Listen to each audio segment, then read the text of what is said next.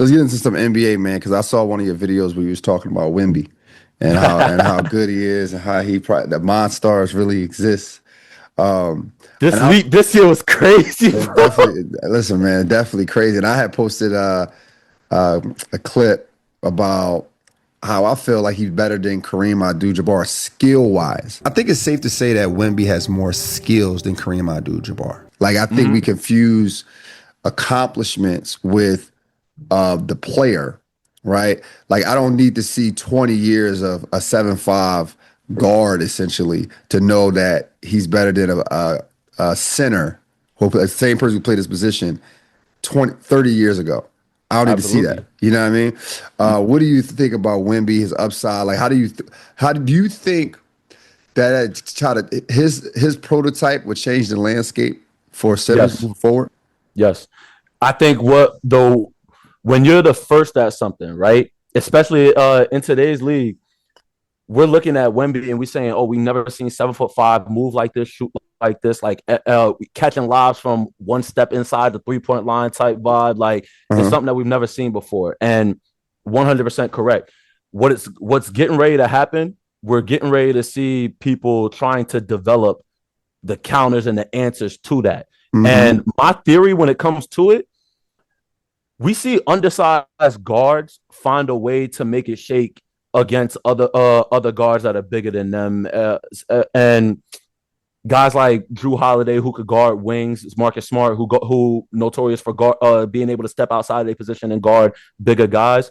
We're getting ready to see centers going to have to get used to guarding somebody who's taller than them. And when we're Right. talking about 7-footers, it's rare. Nah, it's we've never like no 7-footer has ever had to worry about, oh, like coming up in their game. Oh, this guy is probably taller than me, so I got to be ready to. Nah, they're learning that now after they've already played basketball for the last 15 to 20 years of their life. Facts. Right. So it's going to take some adjustment on the NBA level and at the developmental level, Developmental because level. you're gonna start seeing bigger guys not just stepping out onto the perimeter, but also preparing to go up against somebody who could potentially be bigger than them. Right. And once the big guys start owning that mindset, it's gonna change everything, even for the undersized guys in the league. There's still Right. a place for them, but now it's constant chess moves. Yeah. But with basketball, that's the beauty of the game. There's so much creativity. There's so Yeah. many layers.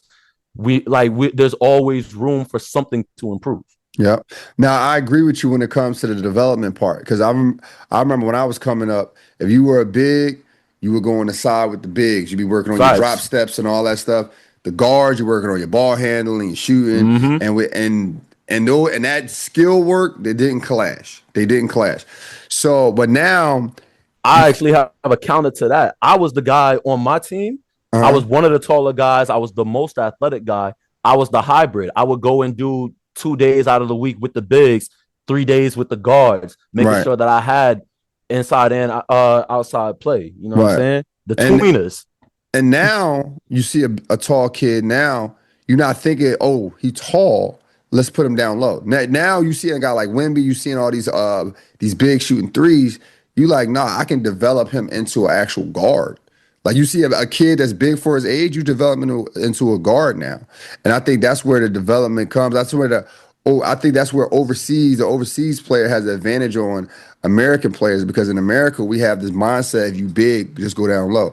Versus overseas, I remember playing with a guy who was 6'6". And he was from Brazil, but he Mm-hmm. played, but I mean, he obviously was a guard, but he had point guard skills. He can pass, he can shoot, he can do everything.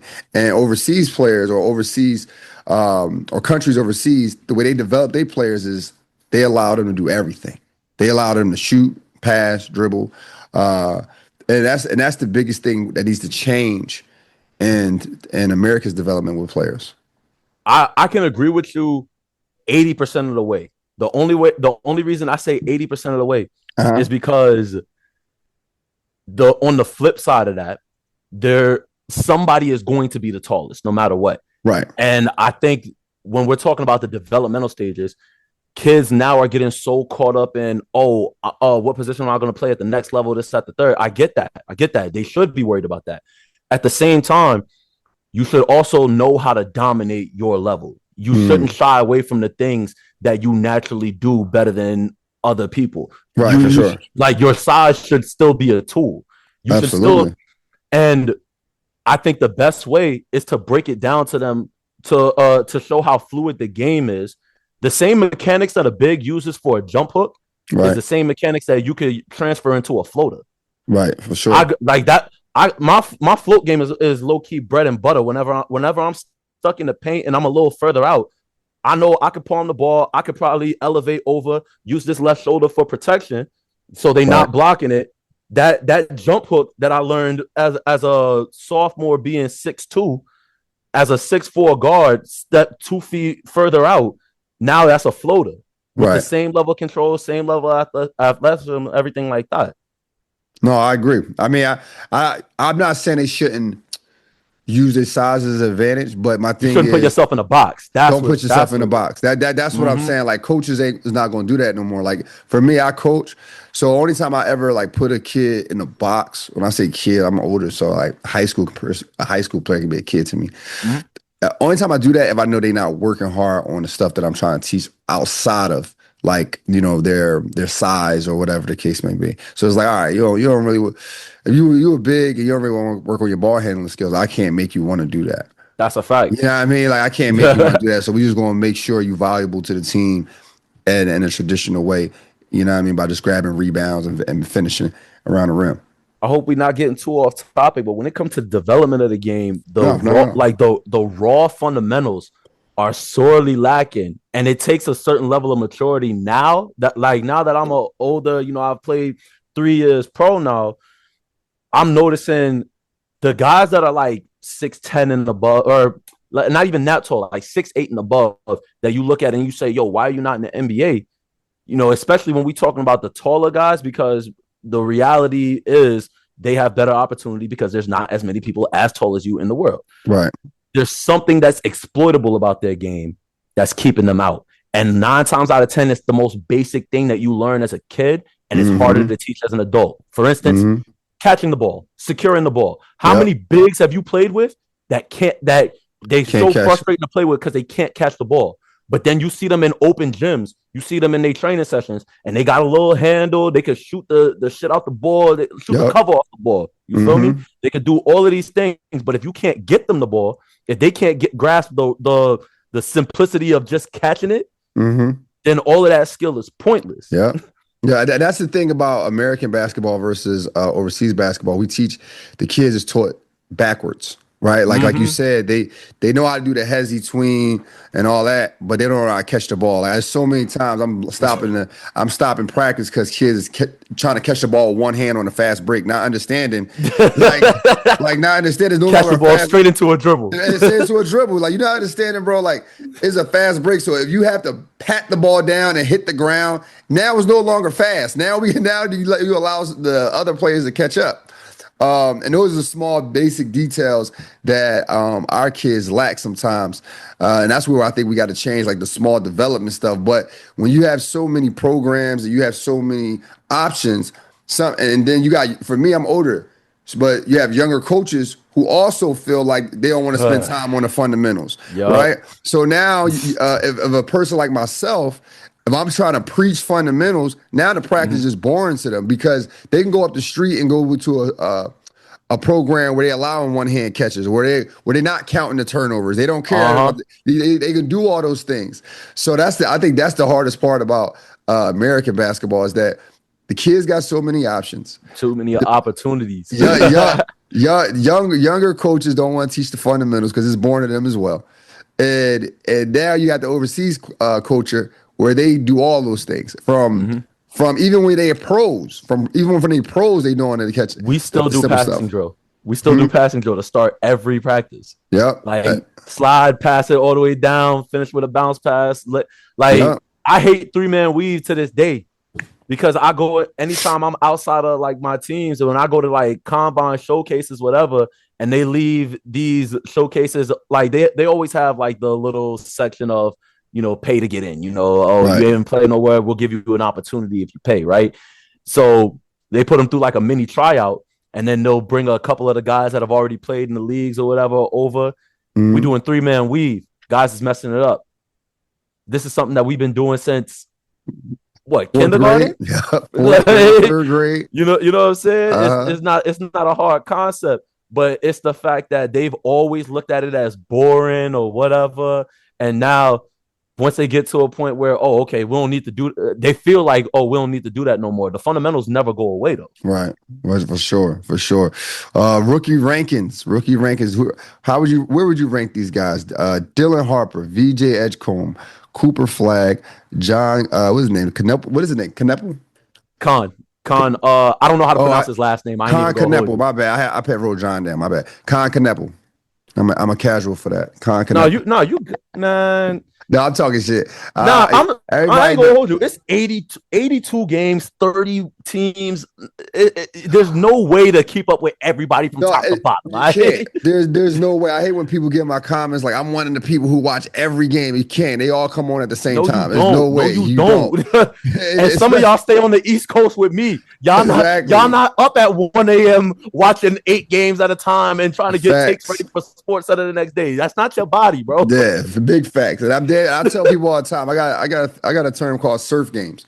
So some of these teams, they teams I watch if I'm surfing through the channel, if I'm surfing through games, and it's a close game, somebody make a good move or something, I might say, watch this.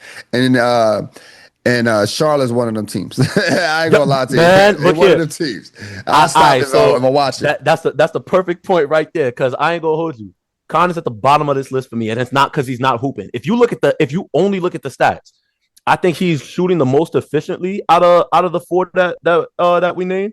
And then I think he's averaging like somewhere around 15, 3-3, something like that. Yeah, he playing well. The problem is he's in Charlotte and nobody cares. And on top of that, he's not looked at as, he's not going to be looked at as the top of his class because he's in Charlotte. But also, if you're not standing out amongst your peers on your team, he's still competing with Colin Sexton and Brandon Miller under LaMelo Ball and Miles Bridges. Yeah, facts. If you go look at I can't call him if anybody who's like the real casual is going to look at the point spread and see, oh, he's third in scoring. He's the third option.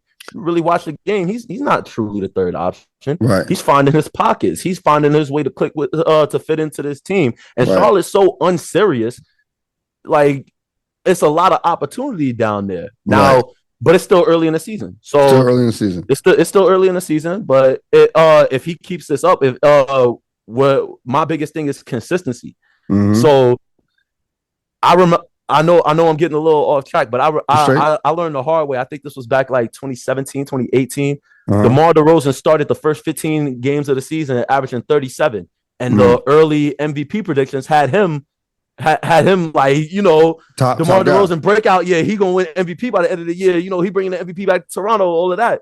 By the end of that season, he was averaging his normal 24 a game. Yep. Now, if you started off averaging 37 and it dropped all the way down to 24, some bad games had to happen. It wasn't just, oh, I just started scoring 24 and that's it. Nah, there was some 12-point games. There was some 10-point bad shooting games in there. You feel me? No, for sure. That's why I feel about and we're gonna get back to the list in a second, but that's how I feel about Austin Reeves. I always say, let me see what it looks like at game 55.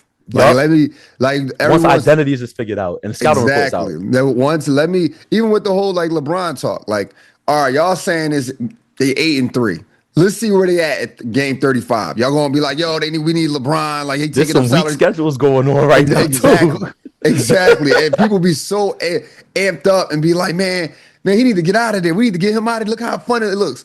Bro, it's early, bro. Everybody still got their legs. Facts. You don't know if Austin My Knicks is still winning it, though. I just want to let you know. They winning the championship? Hey, my Knicks is still winning. I don't give a damn how early it is. I say this every year. This our year. Yeah, that's how the Cowboys fans feel, too. Hey, man, don't disrespect me like that, yeah. No, I'm a Giants fan, too, bro. I like the Knicks. I just think, they just not. I want to get. Again, I know what we missed. 55. Let me see 55 games 55, in. For sure. But I said this before. I said this on my live show. They are the most experienced team on the East right now. They've been to the Eastern Conference Finals last year. The other team that was there, they're down. They're 1-11 or 1-10 or something like that right now. And they Um, missed two of their guys. I think Neesmith just went down the other night. What was it, yeah, yesterday? I don't know. It might have went down yesterday. I Gays are didn't look at starting no to run reports yet. together. No, I haven't looked at no reports yet. But you got Detroit who's balling right now, but we got to see where they at in game Game 40. 55. You know what I'm saying? Like, I like the Sixers. I think the Sixers going to be there. I don't think they got the maturity to win, but I think the Sixers going to be there because they have the only team that has veterans. Like they got a Kyle Lowry to kind of talk to mentor Maxey. They have a Paul George who's going to play, but you don't even play at a high role, but he can mentor those wings. Joel Embiid, former MVP. Don't need much out of him, but we getting some games where he playing 20 minutes, get 26 points. So they got some experience. They got some young dogs on that team. I feel like you got something for it. Man, we'll get back to that later. We'll get to that later. So you got Khan ranked out of all four guys, Dylan Harper, VJ Edgecombe, and Cooper Flag. You got and Khan Kneppel. You have Khan last. What's the rest of your ranking? After him, I got Flag at 3, Flag at 3, Harper at 2, and then Edgecombe at 1.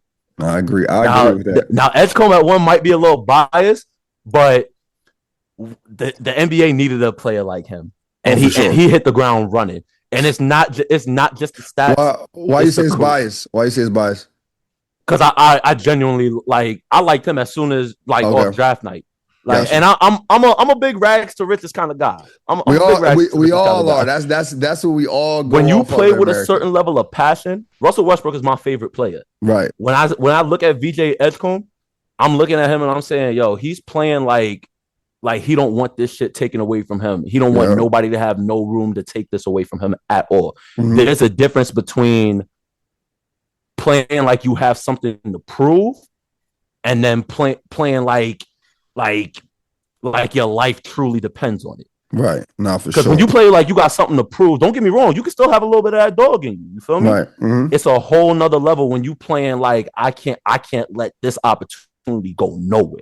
Yep. And he showed it on night 1. Yep. And he carries himself like a star. Not in the sense of like being all in the media face or anything like that, but he carries himself as if he's been here before. But then once he hits the floor, it's that same raw energy that you see out of a hustle guy in like from college. Like no, for sure. I'm not surprised when I see him dive on a loose ball the same way that I'd be surprised if I saw a guy like Trae Young dive on a loose ball. If I see Trae Young dive on a loose ball, I'm like, oh shit, all right, hold on. Trae trying to hoop tonight. Hold on. You know what I'm saying? If I see Kawhi dive on a loose ball, hold on, don't get hurt now, but hold on, he's trying to hoop tonight. You feel me? Yeah. When I look at VJ do that shit, I'm like, oh my God. He's doing whatever it takes. And the thing I like about him is that is not only about the scoring with him. Like in his games, he had 6, 11 points. And I like the maturity because that also shows you want to stay too. Like you're not playing to the crowd like, yo, they saying you're gonna be the rookie of the year, so he got to go out there and always try to score 34 points. Nah, he's trying to make sure he understands his point guard role. He understands his role for the long term. So he is taking some sacrifice. He is trying to set the team up. He's still my pick for rookie of the year too. Yeah, I'm with you on that. I'm with you on that. And you know what? I don't got no pushback for your ranking. Like I think Dylan Harper, I think he's played well. And now you got De'Aaron Fox back, but when De'Aaron Fox wasn't there, he played well. He ran a screen and roll well with Wemby. He did what he needed to do. At one point of the season, he was averaging about 15 points. He's doing a great job. I think. I actually want to take a page out of your book on the Dylan Harper ranking.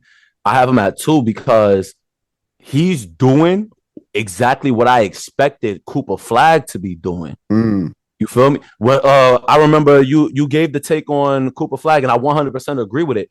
Cooper Flag might not win Rookie of the Year because he didn't get drafted into a system that's allowing him to put up these outlandish numbers and just feed him the ball. He's the rookie. We're gonna build around him. He was picked to be somebody to plug and play and contribute to winning, playing in a role like. They started him at point guard, and I feel like they put him at point guard to kind of fast track his learning of the game. Kind of like Like imagine learning football from the quarterback's perspective, and then all of a sudden you got to go play middle linebacker. That's a good You know take. what I'm I like it. saying? I like it. Like, No, I like like that one. you know how you if you know how the point guard is seeing the floor, you know it's easier to know where you're supposed to be when you play another position. Mm, If you're gonna be the floor general, now it's easier for you to be the plug and play guy. right. Dylan Harper is doing that with Wemby right now. Now with Mm, Flag, it's been a lot more trial and error, especially dealing with the situation in Dallas. right. So That's what's his ranking being this low isn't all on him. It's right. also circumstantial. It's not. It Yeah. has nothing to do with how good of a player he is. He's That's still the the youngest guy in the league. bro. That's the biggest thing. Like I keep saying this. Like all the winning stuff in the NBA is sometimes it's circumstantial, and how people view you is also a circumstance thing. Because what Nico Harris did, he put Cooper Flag in his light where you have to like fill the gap in for Luca now. You know what I Mm-hmm. mean? Like now you the 6'7" point guard, you the 6'8" point guard, what you gonna do? And he was never that type of player. He was never a Luca type of player. He was always a slasher, but now he's in this position where we like, all right, like come on, save dollars. You know what I'm saying? I'm not gonna lie to you. I'm I have nothing against Cooper Flag, but I feel like he was given LeBron level expectations, and he is not facing the same level of accountability. And I'm Right. not saying that he should, because, like we just said, it is circumstantial. It's just crazy how the double standards work in the league. Because the last time we saw rookies hyped up like this, like look at Zion. Right. We saw the way that he was hyped up. We saw the level of accountability and backlash that he faced for not being available, even though we Mm-hmm. know what he could do when healthy. You Mm. see what I'm saying? Yeah. Look at Joel Embiid, the way that he was drafted, Yeah. and then having the whole trust the process. Right. Everybody forgetting about all of that, right? No, for sure. The LeBron hate is a little different though. That stuff is I within. want Now to touch on that later. I we definitely we want to go touch on that we later. gonna get to we gonna get to. We about to breeze through all this stuff right here. Get right to it. Uh, John Morant. You know, I like John Morant. I think it's his time. It's his time to go though. I think and not because he doesn't fit well with the team. I just think the stuff off the court is just too many stains in his jersey on off the court. What do you think the next move should be for John Morant? I don't think he fits with this Memphis team. Mm, I would like to see him somewhere with a little bit more structure and culture, with somebody who could kind of, if not take him under the wing, then put him somewhere where there's a standard being set, and it's not all on you to create the new standard. Because mm, everything that's expected out of Ja right now, he's expected to do more with less, in my opinion. This is not the same team that we saw in 2022. That's what everybody's comparing, saying, "Oh, he peaked in 2022. Like that was when he was seventh in the MVP race, everything like that." But right. here's the thing: on that team, since then, these are the players that we've seen contribute and then leave or not be available for this year. Desmond Bain, Dylan Right. Brooks, Marcus Mm-hmm. Smart, Luke Kennard, Zach Edey is hurt, and Scottie Pippen Jr. is hurt. We know that Ja has never been a consistent shooter in the league yet, right? But we also know borderline defensive liability, and it's mainly due to his stature. You see, as athletic as he is, decent for roaming help, but what are we asking for roaming help defense from your point guard? You get what I'm saying? No, for sure. Like people are expecting him to block shots as a point guard just because he's athletic. That's a little unrealistic. But the key pieces that were there to make up for his lack of defense on that end are not there. And Mm-hmm. then the main backcourt mate that we saw that could take the ball out of his hands, make him more of an on-ball threat because they could create for themselves, Desmond Bain, not there no more. Mm. So now we asking Ja to do more with less, and then you combine the off the court issues, and then let's keep it 100. We real hoopers here, right? We Right. know what the dynamic of a relationship between a player and coach is supposed to look like. We know what it looks like when it's good. We know what it looks like when it's bad. Yeah. And if you've played at a high enough level, and it don't got to be pro, even college, Yeah. even elite level high school, front office, like at whatever level that may be for you, if you're not clicking with the front office, that now the business side of things is being affected, because we constantly forget the NBA is a business at the end of the day. They're gonna keep Ja there as long as they can, as long as he's selling tickets. Right. But if they're not going to get no success, they're going to try to find the scapegoat, and they've appointed multiple people as the scapegoat so far. Yep. Now, I'm not excusing the off the court issues. I'm not Yeah, saying that because he's responsible for that too. He Oh, gotta be facts, smarter than facts. that. Him, It's his dad, they definitely gotta on be both smarter than that. sides. Oh, for sure, it's definitely on both sides. But I'm seeing the narratives form already, and they're Right. going and the way that people like to rewrite history, they're gonna make it seem like Ja just had all these off the court issues, and Memphis got him up out of there. Right. That's not the whole story of what's happening. No, not at all. Not at all. I would like to see him in either Miami, Mhm. Minnesota, Mhm. or Milwaukee. I didn't mean to name all M teams, especially since he's coming from Memphis. But Miami, say again, Miami, Memphis, Miami, Minnesota, Minnesota, and Milwaukee. Those are my top 3 options for the job. Milwaukee be nice. All for different reasons. I like Milwaukee. I like them running. I like them. I like the kid rolling. I like obviously Giannis. He likes to run. Milwaukee be nice. Miami. So we get rid of Tyler Hero, or we keep Tyler Hero. See, it's. I don't know what Miami's willing to give up for Ja. I think you need to keep Tyler Hero. Yeah, you do. You need the backcourt mate. My main thing was him and Bam, actually, though. Bam, I like that. Bam is the first player that comes to mind, but he's got to have a backcourt mate. Yeah, and when I think backcourt mate, now that's why I'm like, okay, Minnesota might be able to make some shake if they willing to try out Rob Dillingham. I don't like Minnesota. I don't like Minnesota for him though. Why? Because you already got 2 ball dominant guys, Julius Randle and obviously Anthony Edwards. I'm not banking on Randle staying. Not gonna lie to you. So you would move him? You would move him? It's tough. It's tough. It's tough to say. It's tough to say off rip. It's a hell of a gamble. A hell of a gamble. Because I don't want to. Personally, I like Julius Randle. I think he's a bully now. I think he's a bully, and you need it. Only thing I don't like about his game is he's a rhythm guy. Like he need to jab, pump it. Yeah, he stops the ball a lot. He stops the ball a lot, but he's still a 20+ scorer. Anthony Edwards, obviously, he's not going anywhere. Rudy Gobert, you need him because he's not a player who demands the ball. But then I just don't like it for It changes the structure. It changes the entire structure. Because Michael Conley is necessary because he's not going to demand shots. Exactly. But at the same time, Michael Conley is I think they need more height at that position. Mm-hmm.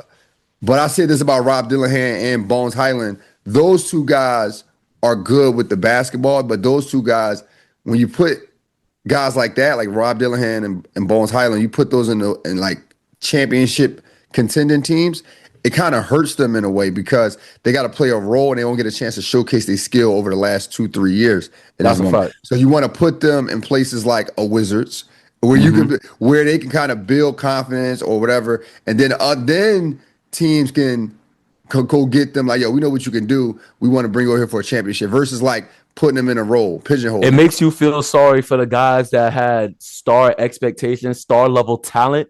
Mm-hmm. And then they get put on these teams where they have to play a role because simply somebody's already running the show over here. Yep, facts.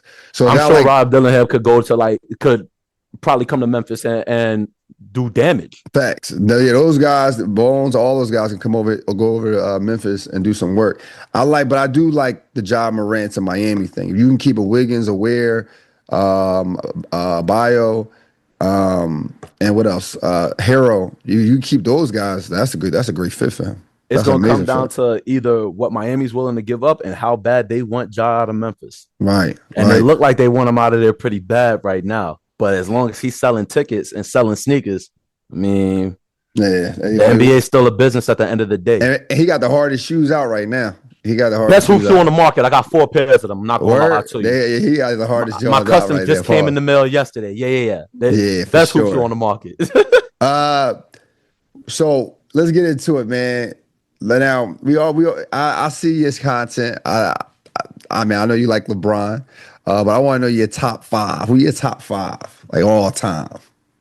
I don't have a top 5. I got the solidified top 3 if we're taking into account stats, accolades, eye test, and career accomplishments, error attacks, everything like that, I've Let's always go. had the same top 10, and it's really 11 players.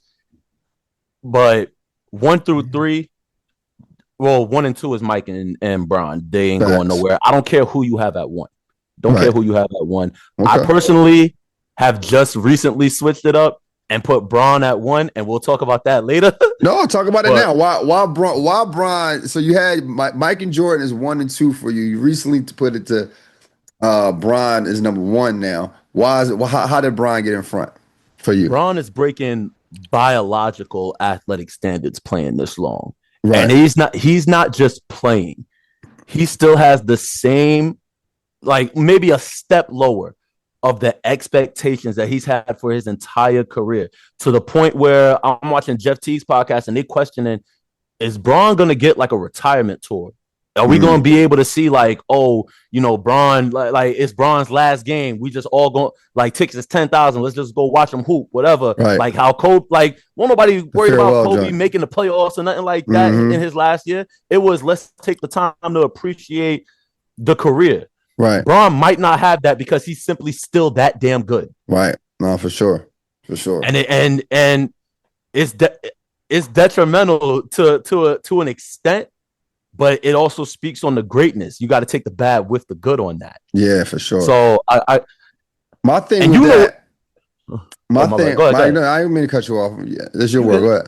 Okay. My thing with Bron and this level, right?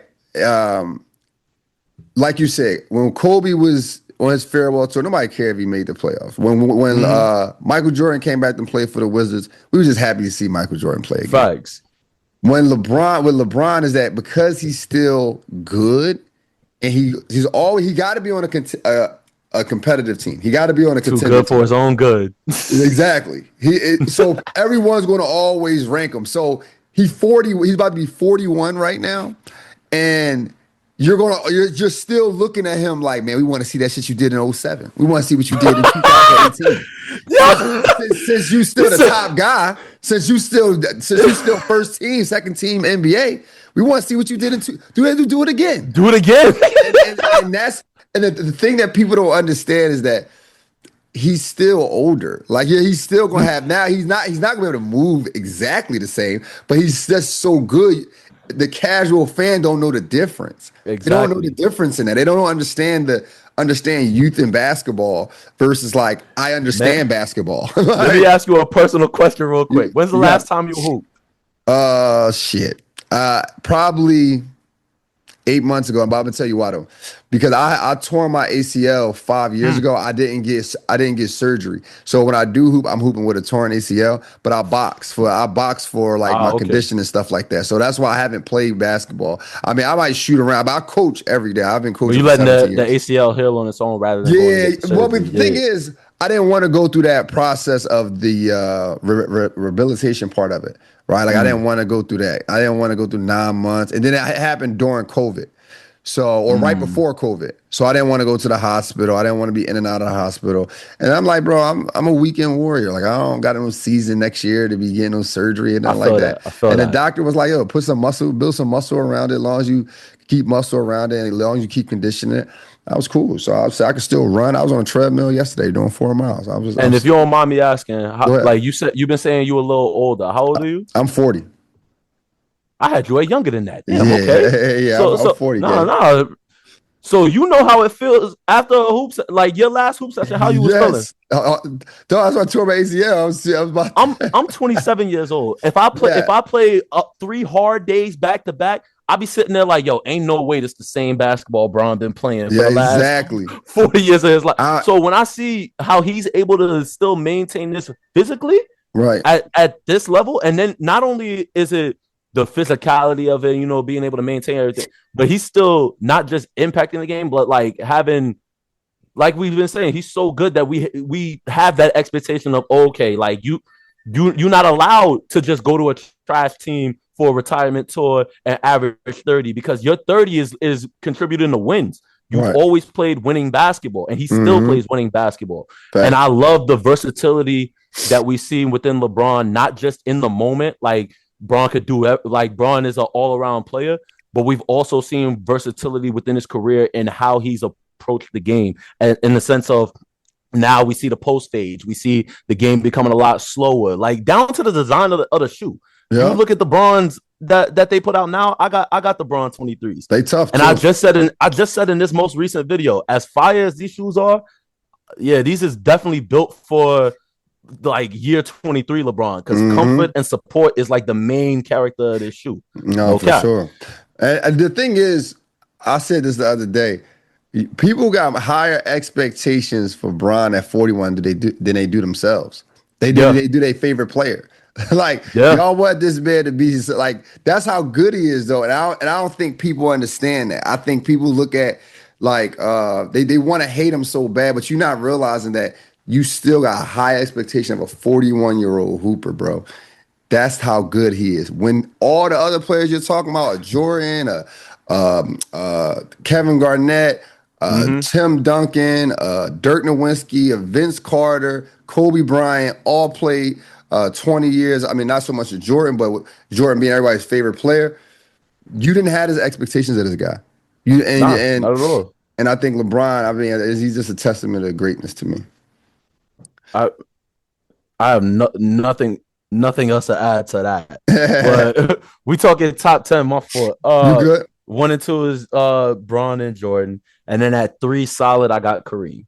You got Kareem? Now, Okay. yeah. Now 4 through 11, 4 through 10, whatever you want to call it, interchangeable. Don't care what order you have them in. But these are the guys that I need to see there. I've got Kobe. I've got Tim Duncan. I've got Shaq. Era tax included, yes, but I got Wilt, Hakeem, Steph, Magic, and Bird. I don't got no problem with it. I don't got no problem with him. And again, interchangeable depending on whatever you value 4 through 11. Like I don't like seeing the Kobe's not top 10 and yeah, that's debates. crazy. Now That's the crazy. top 5 debate, I will definitely entertain that, because I can see arguments for certain players over him. Like I get it, but not top 10 is just crazy. Yeah, I think you don't move ball if you don't got him in your yeah, top 10. that's insane, bro. Like I don't, when I hear like 11 and all that, that's just insane, bro. And I I mean, wasn't a Kobe fan either, but no, I was a Kobe fan. Hey, he had me rocking a little nappy fro back in the day, man. I was a big Kobe fan. I was a still Shaq guy. I was a Shaq guy. I had a Shaq jersey, you know. I got Shaq ranked before him. So I think my top. I'm not saying think. I know my top 10 is Bron, Jordan, Shaq, Kobe. Ooh. Yeah, I put Shaq before Kobe because you got to figure like, dude. Before Kareem too. Yeah. See, Are we era taxing? Era taxing? Yeah, I'm always air taxing for my fair. list. And the reason why I do that is because I don't knock nobody for their list. But for me, I didn't watch 50 games, 60, 70 games of Kareem. I was born in 85. So That's I fair. can't I didn't see the evolution of him. I didn't like I can understand why an old head or someone older than me, because I'm an unk. But I can see how someone older than me, they can see Kareem as a better center as Shaq because they watched him in UCLA and all that stuff. But I watched Shaq like dominate that position. Like I'm talking, you talking about a dude who averaged 38 points in the finals for the most part. You know, like you got to think about Shaq. He didn't shoot threes. He barely can make free throws. He barely shot from 12 feet. His game was the most predictable. He wasn't on fast breaks, and he still was a leader in scoring. He still got the MVPs. He still when you have a superpower, it doesn't matter. Exactly. Own your superpower. 1,000%. And then I go He's the face of that. And then my fifth would be Hakeem. My fifth would be Hakeem. Now this is controversial, but I gotta put AI. But also biased. I'm from Philly, so No, that's fair. AI. AI be my 6. Seventh it'd be KD. I'm not gonna lie, it's KD. Then I go Garnett. Yeah. I got Garnett ranked ahead of Tim Duncan, and then I'm gonna go Giannis and Steph. I feel like I'm missing somebody though. I like Giannis in there. I'm not gonna lie to you. Because here's the thing. I say Giannis is the number 1 power forward. I like KG. Because I like over KG. Tim Duncan though. This is why I'm putting him over Tim Duncan. Tim Duncan never had to average over 35 points to win a championship. He never, like, I watched Giannis average 35 points to win a championship and score 50 points. 50 points in a closeout game, and he also play how I want a power forward to play. Tim Duncan is more fundamentals for sure, but he played in a system where he only had to average 21 points to win. Now, how much of that is accredited to the pace? Because you got to remember, Spurs, like, not just dead ball era of basketball, but Spurs were also in the bottom 5 of pace of play on the regular. So that 21 is out of usually around high 80s, sometimes mid 80s for the game being scored. You feel me? Right. No, I'm with you. But the thing is, like I said, I got, like, for instance, I put KG up in front of Tim Duncan as well because of raw ability. Like, I remember, okay, yeah, like, you know what I mean? This raw ability. Like, I remember going home when I was a young boy. I remember racing home to see the Timberwolves play because they didn't get a lot of TV time. And I remember me and my friends looking at KG as like a 7-foot guard. It was like that, man, the first 7-foot guard. I be trying to tell these kids, they see the essence of KG and like his approach to the game, the mentality, the passion, everything like that, and they think that he was some type of bruiser. But in reality, he was finesse. Like, if he takes two steps back on half of his jumpers, we looking at another, I don't know the exact number, I'm gonna just throw out another 5,000 points because he's a king of foot on the line, long twos, but that's really his shot. Yeah. You feel me? No, for sure. So for me with him, and I remember watching Tim Duncan, and I know he's good, but I remember like him trying to dribble up the court. I never forget this, man. I remember watching him play against the Lakers. He was dribbling up the court, and then he just traveled. He tried to jump stop, and he just traveled.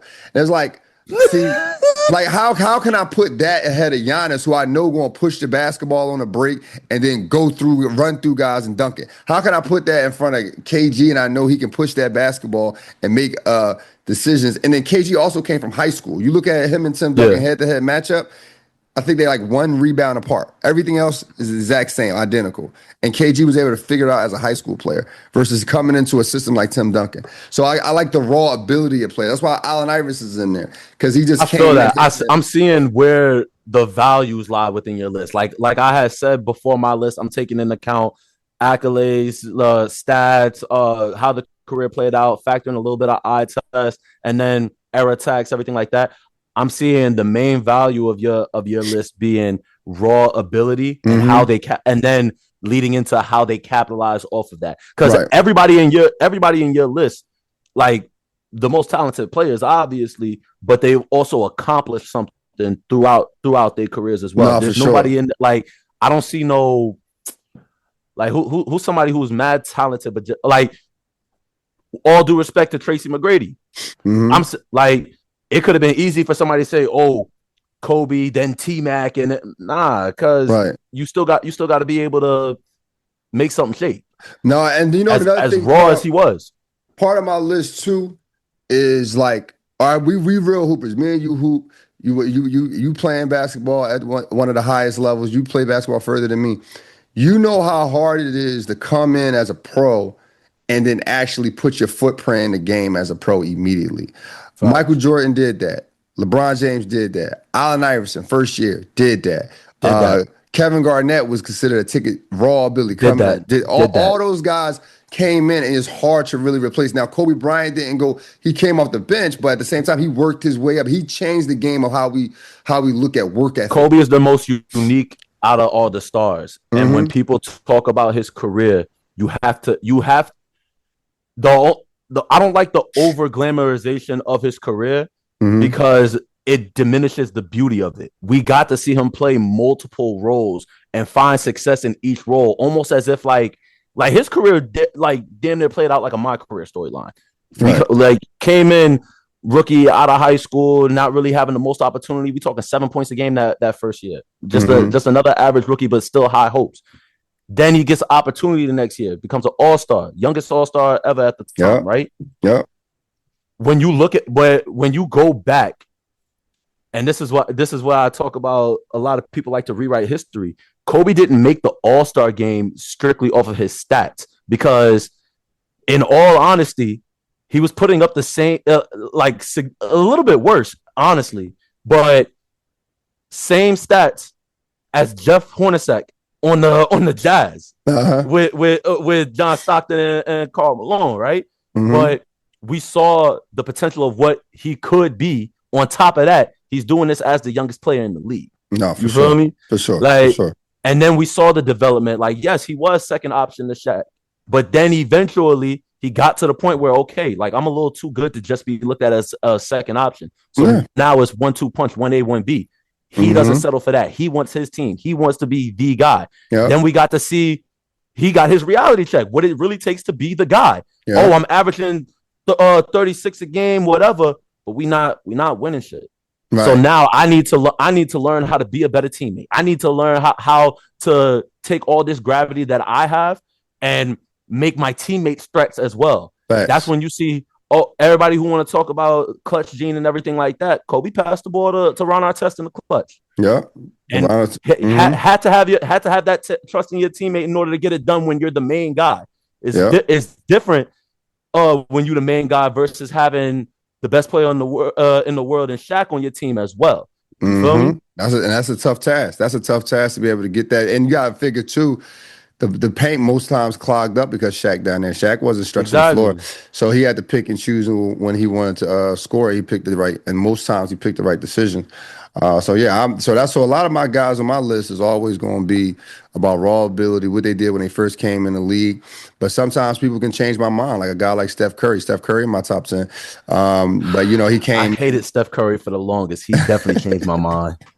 But he changed my mind. You know what I mean? Like you can't put Steph Curry in your top 10. He changed the game. He changed everything. But yeah, I don't purposely try to lead the guys before I was competent to understand basketball. I just don't do that personally because part of this brand, we got the brainwash to think elite, and we try now.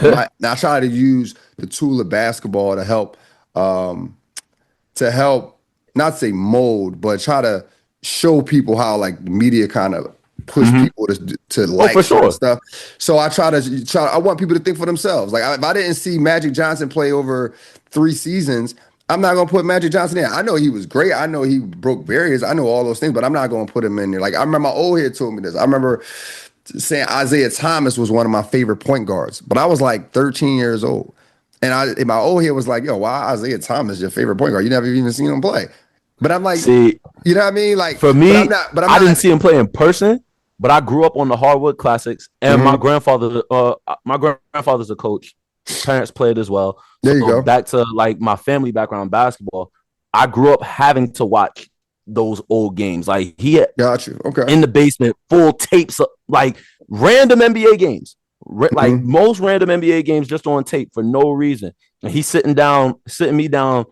He was a coach, so breaking down the game. This is why I want you to watch this player. This is why I want you to watch this player. Gotcha. I had Michael Jordan games on repeat, along with Michael Jordan to the Max, that original documentary. Like I had all of that on repeat. So I got like a real special connection to like the ones who came beforehand. A different level of a different level of appreciation when it comes to like how the guys around my age usually talk about them now on social media. Yeah, I feel the same way. It is way. different when you get to see it in because at the time when you were a kid, you don't really know the difference. Basketball is basketball. No, for sure. Then as you get older, you start to put pieces together. Now everybody think that every game is on YouTube, and it ain't the same. It's not the same. It's not. They bet they best games on YouTube, but I did watch these guys on like the Hardwood Classic and stuff like that. For me, like, but. I went to a LeBron James high school game. You know what I mean? So he's going to definitely be someone that like. My uncle was a news reporter for one of his high school games. Yeah, like man, he played against a school called Strawberry Mansion. Strawberry Mansion had a guy named Maurice Rice who broke Wilt Chamberlain record in scoring. Ended up going to University of George Washington. Now I went to that game, and I remember thinking Maurice Rice was like an NBA player. You know what I mean? Beat them by like 35, something like that. And I'll never forget when I saw LeBron James. Because here's the thing with LeBron. I remember not watching him, but picking up a magazine that used to come to all the high schools. Like it was like high school. It just covered all the top high school players, right? And LeBron James was on there like 3 times. He was on the cover 3 times. And he was like, yo, he the next Jordan. He's going to be better than Jordan. And it was him and Omar Cook or something like that. And I was like. It was Omar Cook. Your ball knowledge is elite. I want you to know that. I'm telling you, I've been around. That's all I did when growing up. So I remember saying to myself, man, he can't be that good. Everybody always comparing people to Jordan. He can't be that good. And I never forget going to his high school game and I see him run out that tunnel. It looked like he was floating. I was like, yo, this is a different type of player right here. I've played with NBA players. I've seen NBA players. I've had NBA players on my AAU teams.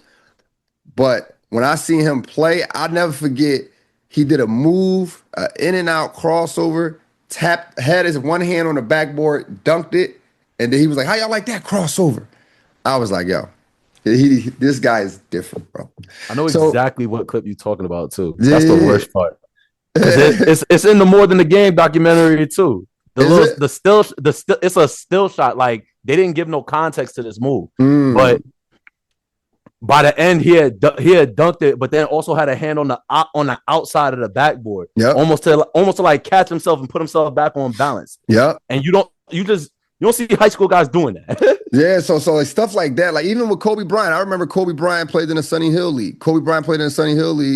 And I was still a little young, but I remember people buzzing about, yo, Kobe Bryant playing in Sunny Hill. And I remember hearing about him before he went to the league. So stuff like that, like for me, it's hard to put guys I didn't really like see the evolution of. You know what I mean? Like I actually see. Like I went to a Dwight Howard high school game. I went to a Sebastian Telfair high school game. I went to these guys' game. I went to a Jameer Nelson playing that Telfair, yeah. I went to those guys. You know what I'm saying? So. I mean, so for me, it's just I just come from it. I try to just shake the basketball world up, bring some different value to it. But all those guys, I like it, man. All those guys are respected, brother. We're gonna make this a 2-part interview because we talked about your story. I want people to know your story because originally when I started the brand, it was about just capturing the underdog story. And you got an underdog story, like just talking about how you went to a school that that wasn't friendly to your skin complexion. Then turning bronze into gold, and then you went to Elizabeth City, did what you needed to do, play well, play hard, and you found a passion in content creation. You know what I'm saying? That's hard to do. Like a lot of people will give up after that, after the first experience, especially when you looking to go to different schools. You got the JUCO route, Division I coach didn't hit you back. Those type of things that make people quit. You didn't quit. You know what I'm saying? That's an underdog story. That deserves a interview within itself. That deserves its own 45 minutes. This right here, we talking hoops, we talking ball, and we spent about 45 minutes on this. So we just gonna make this a 2-part interview, brother. Say that. You know what I'm saying? Do you got any, going back to the content creation, you got any dream collabs? Like you ever do you ever? I gotta meet Russell Westbrook. I gotta meet Russell Westbrook. Okay. The access to NBA players now is at an all-time high because now that we're in a society that is it's more encouraged to be more than an athlete, and now we've got content creation, influencers, everything like that. Kyrie Irving is on the next chapter. You know what I'm saying? And I've met up with Devontae Friga. We signed to the same management agency. You feel me? Mm-hmm. I met up with him on multiple occasions. It's great dude, by the way. Mm-hmm. Love what he's doing with the one-on-one scene. But seeing all these shifts, it's kind of like I've now hit a point where, okay, I'm somebody's dream collab. I seen it in a completely different interview. Somebody that said, "Yo, like I want to work with guys like Brandon Beloti, Cam Wilder, all of that." And that's crazy to hear my name brought up in debates like that. But I mean, in combos like that.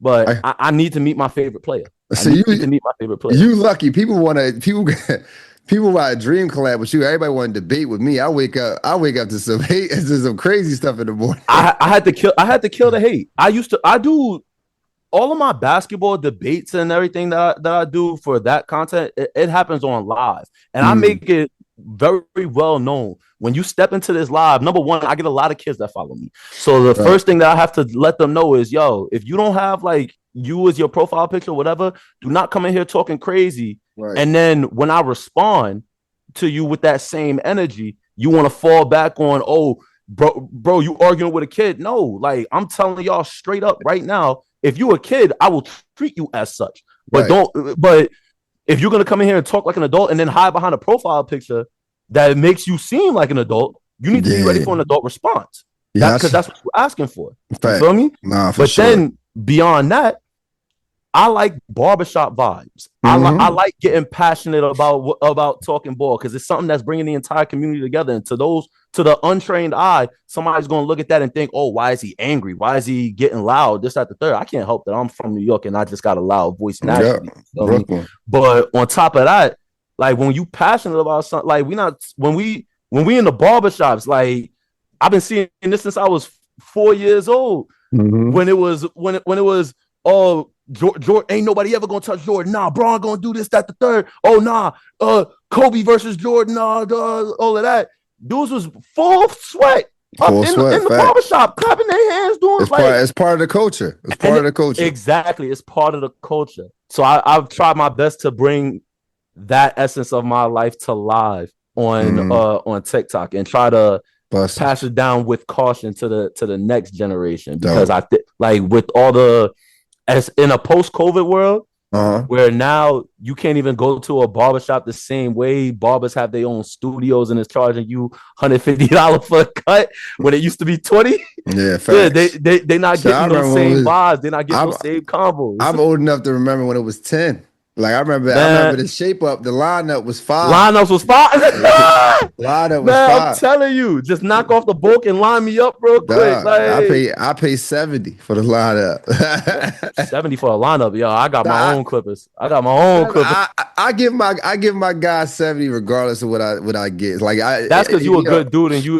I just give him the bread, bro. Yeah, I tip him. But we dealing with barbers that don't want to be barbers for real. These are barbers that only want to cut 5 heads a day and then walk away with 6 figures. You feel me? Oh no. Nah, it's a real 9 to 5. Like my barber's in the shop grinding. Yeah, my barber's older than me. My barber older than me. So you know what I mean? He old school. Nah, you showing love because he like that's a low price in today's economy. What? For sure. He don't charge me that much, but you know what, man? I appreciate it. But you know he always on time too, so I ain't mad at it. I feel that. What's next for you, man? So, upcoming making decisions regarding this upcoming season on where I'm going to be playing. All of those decisions and contracts should be signed by late December at the latest. So, till then, it's content and staying in shape. Got you, bro. Where can people find you? Oh, I'm on all platforms. It's the same thing. Beloti 44 on every single platform. My name is my handle for a lot of it. Like Beloti 44 has also been my only name on social media since like the day I was allowed to sign up for Facebook. My parents, when I turned 13, they let me get Instagram and all of that. So never had to change it up. Got you, bro. Listen, man, you are a true scorer, bro. We over here we call a scorer a person who can put the ball in the basket in many different ways, rather it's coming off a screen, rather it's creating his own shot. And that person can also do the same thing off the court, right? Creating your own shot, creating your own lane in life. And you have done that, man. I want to welcome you to Scorer Society. Appreciate it, gang. Happy to be here. Yes, sir, brother. Stay on the line, bro. We about to close out right here. There you have it. My guy, Brandon Beloti. Another great interview. Make sure you guys like, subscribe, and share. Until next time, let's continue to think elite and together. Welcome to Scorer Society.